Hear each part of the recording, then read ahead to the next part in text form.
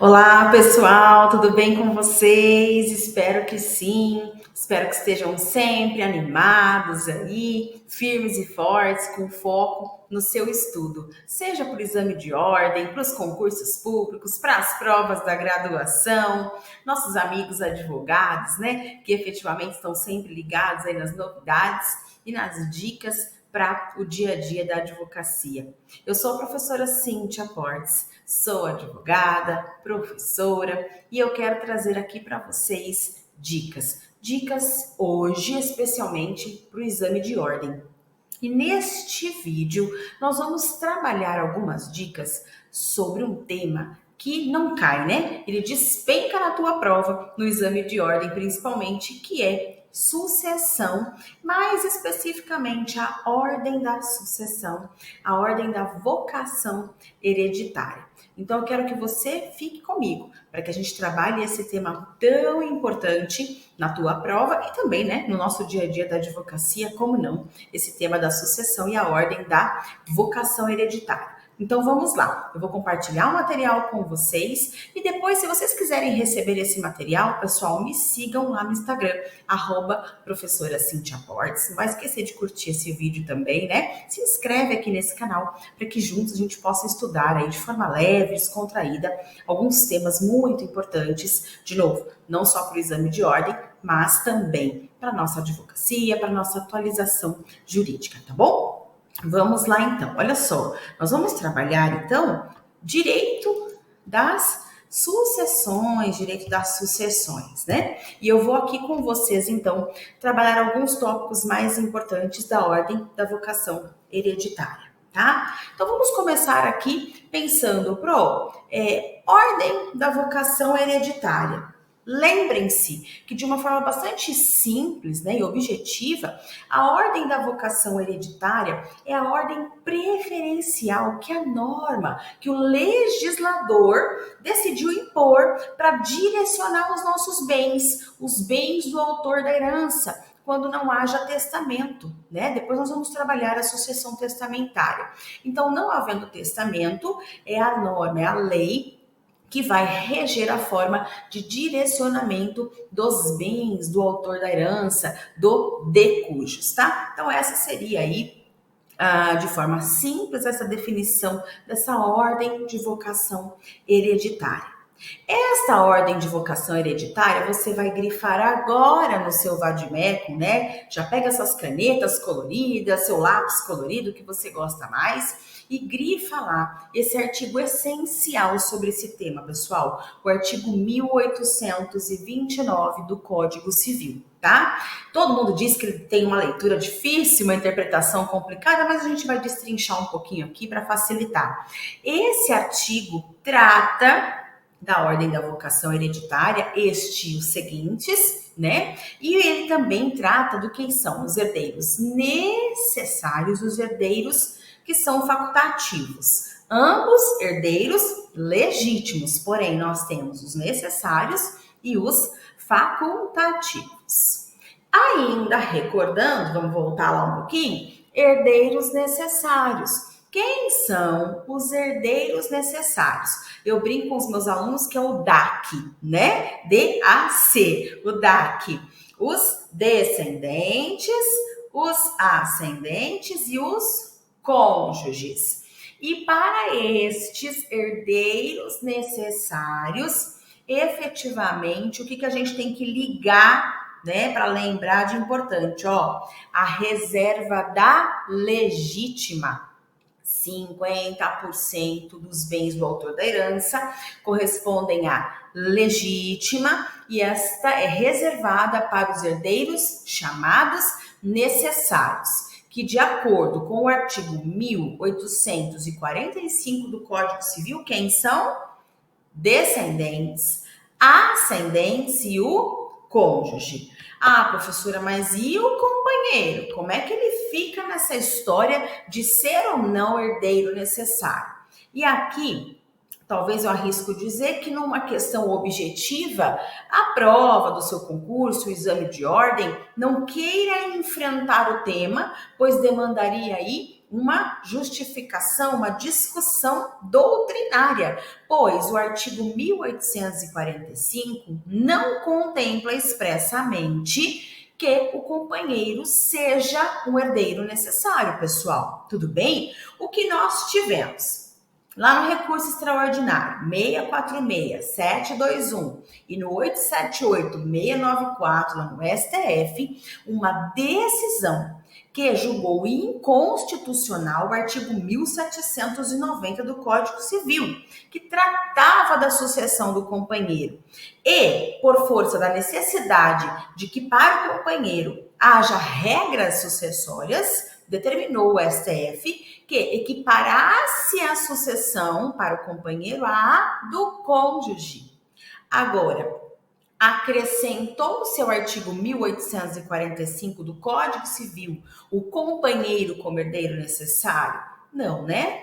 Inclusive, o IBDFAN apresentou embargos de declaração, né? Opôs embargos de declaração para tratar deste assunto e, mesmo assim, o STF sobre ele não se manifestou. Apenas julgou inconstitucional o artigo 1790 do Código Civil e determinou que a sucessão do companheiro siga as regras do 1829 do Código Civil, tá bom? Então, nós não temos uma decisão pacífica, um entendimento pacífico sobre a condição do companheiro ser ou não herdeiro necessário. Então, vejam, numa questão discursiva, dá até para fazer toda essa alegação, toda essa fundamentação, mas não é objetiva, né, pessoal? Então, fiquem atentos a isso, tá? Efetivamente, nós não temos no artigo 1845 a figura do companheiro, mas a doutrina, né, para alguns, este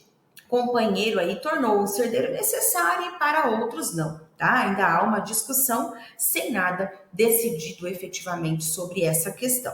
Então, se a gente voltar só um pouquinho, no 1845, herdeiros necessários.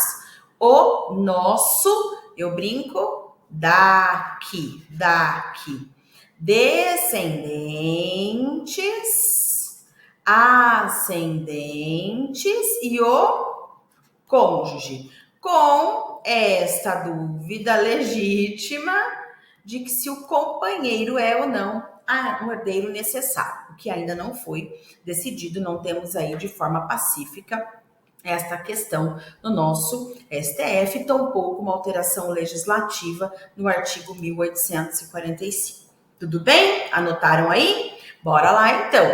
Então, qual é a chamada ordem da vocação hereditária? Gente, olha só. O 1829, ele trata da sucessão, então, legítima, né? Não havendo testamento. E ele diz o seguinte, que a sucessão legítima defere-se na ordem seguinte: descendentes, ascendentes, cônjuge, aqui a gente vai fazer a leitura companheiro, e os colaterais até quarto grau. Colaterais até quarto grau. Vamos de novo? Só para a gente deixar isso bem gravadinho na nossa cabeça. Olhando o artigo 1829, em que diz respeito à ordem da vocação hereditária, temos a seguinte ordem de sucessão legítima: descendentes, ascendentes, cônjuge, companheiros e colaterais. E estes colaterais até quarto grau. Até quarto grau. Tudo bem? Você já está grifando isso aí no seu vadimeco. Eu tenho certeza, não esquece de fazer esse grifo, tá bom? Vamos lá, então, começando pelos descendentes. Se a gente pensasse aqui num avião, gente, o descendente é o herdeiro necessário de primeira classe, né? O primeiro a ser chamado na sucessão legítima. Então, eles são chamados por cabeça, né? Por igualdade. Não há distinção entre filhos, já diz a nossa Constituição lá em 88, né? Igualdade entre filhos. Gente, filhos do casamento, filhos fora do casamento, filhos afetivos, né? Filhos nascidos de inseminação artificial, não importa. Filho é descendente e os descendentes são chamados por igualdade e vão receber herança por cabeça. O que nós temos aqui? Né? Uma mitigação da questão da proximidade. Sabe aquela ideia na sucessão de que os mais próximos excluem os mais remotos? No caso dos descendentes, lá no artigo 1852, tem-se, grifa lá, 1852, o direito de representação na linha descendente, tá? Então, veja, descendentes são chamados à sucessão por igualdade, por cabeça. Não há distinção alguma da natureza dessa filiação. Tudo bem? Ok. E eles vão ter ainda, na linha descendente, o direito à representação. Então, se a gente pensar num exemplo bem simples aqui, vamos apagar aqui o que a gente fez aqui no nosso DAC. Ó, bem simples, tá? Pra gente imaginar. O João possui 2 descendentes, o Paulo e o Fábio, tá? Vamos imaginar aqui. Esquece aqui cônjuge, esquece ascendente. O João tem 2 descendentes, Paulo e Fábio. O João vem a falecer, coitado do João, ó, morreu, né? Quando ele falece, ele deixou 100 mil reais de patrimônio. Gente, por igualdade por cabeça. Paulo vai receber 50% e Fábio os seus 50% por igualdade por cabeça da herança deixada pelo pai, pelo João. Eles são os seus descendentes. Até aqui, tenho certeza que você já sabe, né? Estamos só reforçando essa ideia. Mas eu disse a vocês que nós temos ainda o tal do direito de representação. O direito de representação que está lá no 1852. Foi isso que eu falei para vocês, né? Então, vamos lá. Olha só o que a gente vai ter aqui, então. Imaginem agora que este aqui, o Paulo, descendente de João, o Paulo também tem 2 filhinhos. Tem a Ana e tem a Maria, que são filhas de Paulo. O João faleceu em 2022, agora, recente. Acontece que Paulo já é falecido desde 2019. Paulo é chamado pré-morto. Ele é um descendente pré-morto. Ele morreu antes do seu pai, João, deixando Ana e Maria como suas descendentes, né? O que acontece aqui no direito de representação? Quando João falece agora, em 2022, deixando 100 mil reais de patrimônio, Ana e Maria receberão a herança no lugar de Paulo, como se vivo ele estivesse por representação. Vai grifar lá 1851, 1852 do seu Código Civil, tá bom? Então, na mesma quantidade que Paulo receberia da herança, o Paulo receberia 50%, vai vir 50%. E aí vai ter 25% para Ana, 25% para Maria. E o Fábio? O Fábio recebe, né, a sua cota hereditária vinda de seu pai, João, tá? Então tem que lembrar que na linha descendente nós temos direito de representação em relação aos descendentes. Tudo bem? Lembramos isso? Tudo aqui para a gente relembrar a matéria, gente. Ficar alguma coisa na cabeça aí, mandem as suas questões para mim, ou não vamos esquecer, né? A fonte primária de estudo, a lei, e aí adotem uma doutrina adequada para que vocês também reforcem os seus estudos, tá? Ah, e não esquece, né? Responder questões de exames anteriores sobre o tema também ajuda muito você a estudar. Acontece que os descendentes, também diz o artigo 1829, concorrem com o cônjuge. Sim, né? A concorrência do cônjuge com descendentes, em alguns casos, de acordo com 1829. Ah lá, cônjuge concorre com descendentes, ou seja, ele será herdeiro. Em toda situação? Não. Aqui vai depender do regime de bens escolhido lá no casamento do cônjuge, né? E quando a gente pensa em cônjuge, não esqueçam, agreguem aqui o companheiro, tá? Quando a gente fala cônjuge, sempre faça uma leitura, incluindo o companheiro, tá? Então, se esse cônjuge for casado no regime da separação convencional e houver bens particulares no regime da comunhão parcial de bens, ele tem direito a concorrer com os descendentes, tá? Então veja só, o artigo 1829 ele prevê que se o cônjuge for casado na separação obrigatória, na comunhão universal, não haverá concorrência. Separação obrigatória quer dizer que na separação legal poderá haver sim uma concorrência. E ainda, se casados na comunhão parcial de bens, o de cujos deixou bens particulares. Então, em relação a esses bens particulares, o cônjuge vai concorrer com o descendente na herança deixada pelo falecido. Então, lembrando da ordem da vocação hereditária e da sucessão legítima. Primeiro, descendentes. Os descendentes vão herdar por igualdade, por cabeça. E na linha descendente, nós vamos sempre recordar o direito de representação. Entretanto, eu lhes disse, haverá situações em que este cônjuge vai concorrer com o descendente. Na separação legal de bens, não. Né? Na obrigatória, não. Na comunhão universal, não. Mas na comunhão parcial, se houver bens particulares, sim. E ainda na separação convencional, na separação de bens. Gente, separação convencional, aquela que os cônjuges decidiram que assim queriam se casar, né? Fizeram pacto antinupcial e decidiram pela separação de bens, tá certo? Muito bem. Olha lá.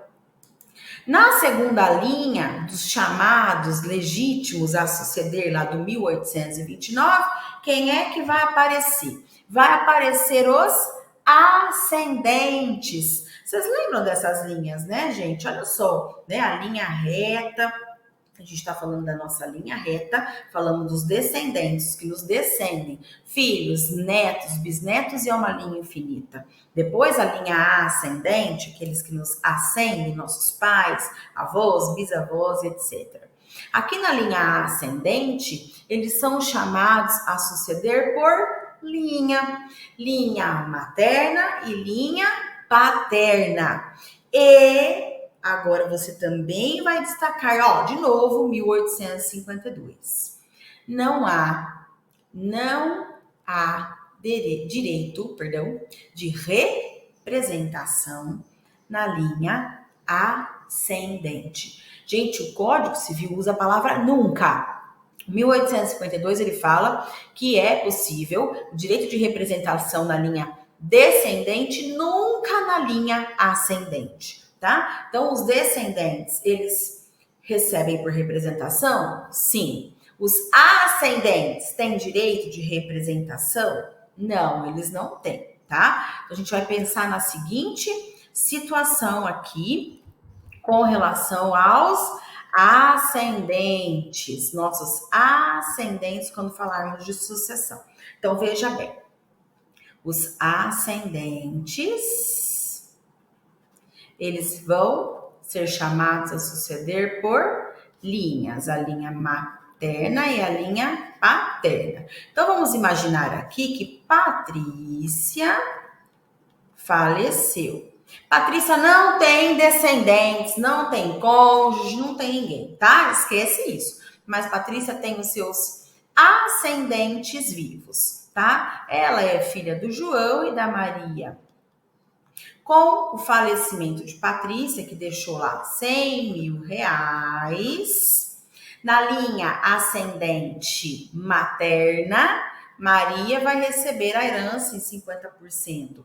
E na linha ascendente paterna, João também vai receber a sua cota da herança relativa. Infelizmente, né? Tudo que a gente não quer é o falecimento da sua descendente aí, da Patrícia, tá bom? Então vejam só, de novo. Na linha ascendente, os ascendentes são chamados a receber a herança por linha materna e linha paterna. E na linha ascendente não vai caber direito de representação. O que nós temos que lembrar também aqui? Nessa linha ascendente, efetivamente, como não há direito de representação, a gente não vai fazer essa mesma conta que fizemos lá na linha dos descendentes, tá? Então, se faleceu Patrícia, tinha João e Maria, eles receberam aqui, então, cada um os seus 50% da sua cota da herança, tá bom? Vamos lá. Agora, imaginem o seguinte, que efetivamente, nós temos que João, né, que é o pai de Maria, já era pré-morto, de Patrícia, perdão. Patrícia faleceu em 2022 e o João faleceu em 2018. Ele é pré-morto. Só que tem os avós aqui. Avós. Ah lá. Ah, então tá. A Patrícia faleceu em 2022, o pai dela já tinha falecido, tem os avós e eles vão receber por representação? Não vão, gente. Ó, 1852 do Código Civil. Não há representação na linha ascendente. Patrícia falecida, seu pai, linha paterna, já pré-morto, a filha. Quem vai receber a herança de Patrícia? Sua mãe Maria. Os avós não vão receber por representação. De novo, 1852 do Código Civil, não há representação na linha ascendente. Tudo bem? Muito bem. Relembraram isso? Vão grifando aí. Como fica a concorrência? Ah, mas o cônjuge também concorre, então, com ascendentes? Concorre, gente. O cônjuge concorre com os ascendentes. Aqui, pouco importa o regime de bens, tá? Quando o artigo 1836, ele prevê a concorrência de cônjuge com ascendente, ele não trata de nenhuma ressalva sobre regime de bens. Olha, na falta de descendentes, são chamados à sucessão os ascendentes, vírgula, em concorrência com o cônjuge sobrevivente, ponto. Tá? Então, não tem efetivamente nada a ver aqui o regime de bem, tá? Independente do regime de bens, haverá concorrência. O que faz de ressalva o nosso Código Civil, que você vai aí grifar 1837, tratando da concorrência do ascendente com o cônjuge. Concorrendo com ascendente em primeiro grau, ao cônjuge tocará 1/3 da herança. Caber-lhe-á metade desta se houver um só ascendente ou se maior for aquele grau. Ah, então vamos lá, né? Vamos aqui simplificar para a gente exemplificar e ajudar você a não esquecer isso, tá? Então você vai olhar o 1837 lá do Código Civil. Como fica a concorrência do ascendente com o cônjuge, tá? Nós falamos lá de 1/3 e falamos também da metade da herança. Olha, então nós temos lá Carlos, vamos mudar o nome, né? Carlos e Ana, casados, bonitinho, tá?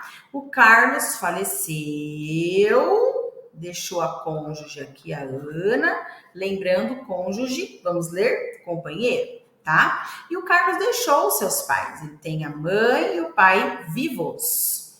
Na concorrência da cônjuge Ana com os ascendentes de primeiro grau, veja, pai e mãe estão vivos, vai tocar-lhe 1/3 da herança. Ó, 1/3 da herança de Carlos na concorrência dos seus ascendentes com a cônjuge Ana. É isso que diz o 1837. Concorrendo a Ana com os pais de Carlos, seus ascendentes de primeiro grau, toca-lhe 1/3 da herança. Agora, prossegue. Opa, troquei a tela aqui, gente. Prossegue o 1837 para dizer o seguinte: imaginem que a Ana agora, gente, ela vai concorrer com ascendentes de maior grau. Ó, a Ana viva aqui, né? Que é cônjuge do Carlos. Carlos faleceu, vamos lembrar? Faleceu em 2022. Ele deixou pai e mãe? Deixou. Recebe 1/3. Só tem um ascendente de primeiro grau vivo. Só o pai. A mãe de Carlos é pré-morta ele, tá? Faleceu em 2016. Ana vai concorrer com o ascendente de primeiro grau? Vai. É o único ascendente de primeiro grau? É. Toca-lhe metade da herança, tá? Então, concorrendo com apenas um ascendente de primeiro grau, cabe ao cônjuge metade da herança. Então, de novo, se os dois ascendentes de primeiro grau estão vivos, toca o cônjuge na concorrência com os ascendentes 1/3 da herança. Se há apenas um dos ascendentes de primeiro grau vivos, toca o cônjuge 50%, metade da herança. E continua o 1837. Se efetivamente os ascendentes de primeiro grau forem pré-mortos e houver ascendentes de grau maior, quem é o nosso ascendente de segundo grau? Avós. O Carlos faleceu, seus pais são pré-mortos, mas tem os avós de Carlos vivos. Toca quanto ao cônjuge na concorrência com os ascendentes? Metade da herança também. Vamos voltar lá? 1837. Com ascendente em primeiro grau, toca-lhe 1/3 da herança. Cabe-lhe metade se houver um só ascendente ou se for maior aquele grau. Então, se no primeiro grau não houver ascendente, se for de maior grau o ascendente, também Ana fica com metade desta herança. Tudo bem? Lembramos aí? Essa é a concorrência do ascendente com o cônjuge, lembrando que não faz diferença aqui o regime de bens. Seguimos? Respira, bebe uma aguinha, vou fazer isso também. Vamos juntos. Vamos que a gente ainda tem um caminho para percorrer nessa revisãozinha aqui de sucessão, olhando para o 1829 do Código Civil. E o cônjuge e o companheiro, né? Cônjuge e companheiro, olha lá, terceiros a serem chamados na sucessão legítima do 1829, descendentes, ascendentes, cônjuge e companheiro. Quando se trata da sucessão do cônjuge / companheiro, pessoal, nós temos que lembrar 3 pontos bem importantes antes de falar só de herança, de concorrência, tá? Cônjuges e companheiros, eles têm direito à meação, direito real de habitação e o direito de herança, tá? Então, nós temos que olhar para esses 3 tópicos e lembre se o seu enunciado não vai te levar para essas situações aqui. Bom, direito de meação vai ter o cônjuge em razão do regime de bens que ele escolheu lá no casamento, né? O casamento, ele pode se dissolver pelo divórcio, ok? Emenda Constitucional 66/2010, divórcio, né? E efetivamente pelo evento morte, que é o que nós estamos tratando aqui, sucessão. Então, ocorreu a morte. esse cônjuge ou companheiro tem direito à meação? Vamos olhar também o regime de bens. Olha, comunhão parcial de bens. Sim. Em relação aos bens comuns, terá direito, sim, o cônjuge ao direito de meação. Comunhão universal de bens. Tem. O cônjuge tem direito de meação. Na separação obrigatória, bom, separação obrigatória, a gente já vai para o entendimento do STJ de que na separação obrigatória de bens tem que observar a incidência da súmula 377 do STF, que diz que, neste caso, na separação legal, né, na separação obrigatória, aquele casamento realizado sob causas suspensivas ou dos maiores de 70 anos, pauta que está no STF, inclusive, caberá discutir-se a aplicação da súmula 377, que nos diz que mesmo nesse regime pode haver, né, bens adquiridos na constância do casamento. E, para falar-se em meação, nós temos que discutir aí o esforço comum, prova de esforço comum, tá? Também acho que numa questão objetiva talvez isso não venha, mas numa discursiva, quiçá, possa ter aí campo para essa defesa de tese com base no entendimento do STJ, tá? E aqui eu faço uma ressalva, pessoal, vocês estão estudando aí para o exame de ordem, concurso, dia a dia da advocacia, súmula 655 do STJ, hein? A súmula 655 do STJ é extremamente recente, trata do tema da aplicação, né, dessa questão relacionada à união estável, tá? Então, o que? Mesmo nos casos de união estável, aplica-se essa regra da separação obrigatória para os maiores de 70 anos, o que nos leva a entender que para afastar a súmula 377 deve haver pacto antinupcial no casamento, né? Ou essa discussão, essa cláusula na escritura de reconhecimento de união estável, tá? E na participação final dos aquestos, né? Esse regime de bens que fica tão esquecidinho. O artigo 1672 do Código Civil diz que os cônjuges, né, ao se casarem, eles têm patrimônio próprio, mas na dissolução da sociedade conjugal podem ter direito aí a metade dos bens constituídos durante a constância do casamento. Então, o direito de meação tem que ser observado. Gente, é muito comum, né? Chega lá no escritório, vai chegar no escritório, ou às vezes até questão aí de prova, né? Uma questão de prova que parece básica, mas que se você esquecer o direito de meação, dá diferença na tua resposta. A pessoa, ela entende sempre o seguinte, ó, é muito comum isso. Patrimônio da pessoa, do falecido, faleceu o marido e a esposa te procura. E o que ela entende, gente? Ela entende assim, olha. Primeiro você vai perguntar para ela qual é o seu regime de casamento, né? De bens. Ah, comunhão parcial, que é o mais comum. Comunhão parcial de bens. Esse patrimônio aqui que a senhora diz, né, dos 100 mil, foi constituído pelos senhores? Sim. Então, chamado um patrimônio comum. E ela diz o seguinte, a tua cliente, lá no teu escritório. Então, né, doutora, eu tenho 50% porque sou casada com ele e tenho mais 50% aqui do que ele deixou porque eu sou casada com ele. Gente, não, tá? Não é isso que vai acontecer, tá? Na verdade, aqui, ela tem o direito de meação, muito bem, é verdade, tá? Então, o direito de meação, tá aqui.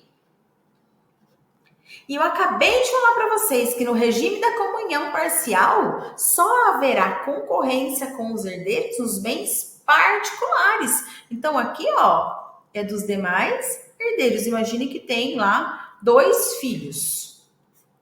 25% para um filho, 25% para outro, tá? O que tem essa cônjuge? Direito de meação. Comunhão universal de bens, meação. Separação obrigatória com prova de esforço comum da aquisição de patrimônio comum da constância do casamento, meação. Tudo bem? Então é isso que precisa ser preservado para além, efetivamente, de a gente pensar só na herança do cônjuge, tá? Então, direito de meação, deem uma olhada nisso aí. Direito real de habitação, artigo 1831 do Código Civil. Importante também você rever essa questão. Ó, Muita gente diz assim, e eu já ouvi isso. Ah, o cônjuge sobrevivente, ele tem propriedade superior à dos herdeiros. Ninguém tira ele lá do imóvel, né? A cônjuge ou o cônjuge sobrevivente ou o companheiro, né? Que a gente vai estender também para o companheiro, gente, tem uma propriedade superior. Não, não é propriedade que o cônjuge tem em detrimento do direito do outro, tá? O que tem esse cônjuge sobrevivente? Direito real de habitar o imóvel. E atenção, atenção, refere-se ao imóvel que serve de moradia da família, se esse for o único a inventariar, gente, dessa natureza. Olha lá o que diz o 1831. É o imóvel destinado à residência da família, desde que seja o único daquela natureza a inventariar. E olha, lembrem-se só, os herdeiros continuam herdeiros. Se a cônjuge tem direito de meação, reserva-se? Sim. Se for concorrência com os herdeiros, tudo bem, reserva-se a sua cota de herança. Agora, ela não tem uma propriedade, ele não tem uma propriedade superior à dos herdeiros, tá? É um direito que esse cônjuge sobrevivente tem de habitar o imóvel e, atenção, né? Destinado à residência da família e que é o único daquela natureza a inventariar. Cuidado com isso. Grifem lá o seu artigo 1831. E por fim, direito de herança, né? Quando que nós vamos ver aí o cônjuge, o companheiro, podendo concorrer com os descendentes e os ascendentes. Falamos um pouquinho lá atrás, né, dos regimes de bem. Lembramos que na ascendência, na concorrência com ascendentes, pouco importa o regime de bens, fizemos apenas uma ressalva do quanto esse cônjuge ou companheiro vão herdar concorrendo com ascendentes. E nós temos que também destacar que existe uma reserva do quinhão hereditário desse cônjuge concorrente, tá? Essa reserva de 1/4 da herança, desde que, quando ele estiver concorrendo com os descendentes comuns, tá? Então imagine que faleceu lá o marido, existe efetivamente, vamos tentar exemplificar aqui, né? Que tá falando o código nessa reserva de 1/4. Né? Então, falece. Vamos pôr o João de novo aqui, coitado do João, né? Tá sempre falecendo esse João. Meus alunos morrem de rir que eu mato o João. Joãos da vida, me perdoem, né? O João, casado com a Maria, faleceu. E aí, eles têm, olha, 1, 2, 3, 4 filhos comuns, tá? A Maria é a ascendente de todos estes, ó. São filhos comuns deste casal, João e Maria. O que vai acontecer, o que diz a lei? Que para Maria, neste caso, ó, se a gente fosse dividir em partes iguais, 1, 2, 3, 4, 5, se ela concorrer com esses descendentes, a gente ia colocar o quê? 1/5 para cada um? Não. Para Maria, a gente vai reservar 1/4 ou 25% da herança, né? E o saldo é dividido entre todos os descendentes comuns deste casal, né? No caso desta descendência comum. Agora, e se não for, gente? E se a gente estiver falando de uma filiação chamada de híbrida? Cada dia mais comum, as famílias mosaico, né? As famílias reconstituídas, né? As famílias que vão se dissolvendo de um lado, mas se agregando de outro, né? Os meus, os seus e os nossos, como eu brinco com os meus alunos. É possível a gente fazer essa reserva? O que eu vou ter aqui no caso, então? Eu tenho os 4 descendentes comuns de Maria e de João, só que João, de um outro relacionamento que ele teve com Clara, ele tem mais 2 filhos aqui. O filho 5 e o filho 6. São outros 2 filhos, apenas de João, filhos unilaterais de João. Não são descendentes de João e de Maria, tá? Então, eu tenho uma filiação aqui chamada de híbrida. Como que ficaria? Tem que reservar esse 1/4? Gente, decisão interpretação do nosso STJ. Anotem aí, ó, RESP 1617501 do Rio Grande do Sul, que diz que a interpretação mais razoável é que você só vai reservar um quarto para o cônjuge quando há uma filiação comum, descendentes comuns. Na filiação híbrida, vai ser dividido o fruto da herança em partes iguais, inclusive com a cônjuge, tá? E temos também o enunciado 527 da 5ª Jornada de Direito Civil, que trata do tema, que diz que na concorrência entre cônjuge e os herdeiros do decujus, né? Então tem filhos somente do falecido, não se reserva a quarta parte da herança para o sobrevivente no caso de filiação híbrida, tá? Então, se for descendentes comuns, reserva de um quarto. Se não for, STJ e os enunciados, né, da Jornada de Direito Civil, que trazem a interpretação, que daí o mais razoável é a divisão igualitária da herança, tá? Partimos agora, já caminhando para o fim aqui deste vídeo, para os herdeiros colaterais. Gente, herdeiros colaterais, né? Nós temos que lembrar que além da linha reta, nós temos a linha colateral de parentesco. E determinou, lá não é ordem de vocação hereditária, o 1829 que, primeiro, descendentes são chamados a suceder.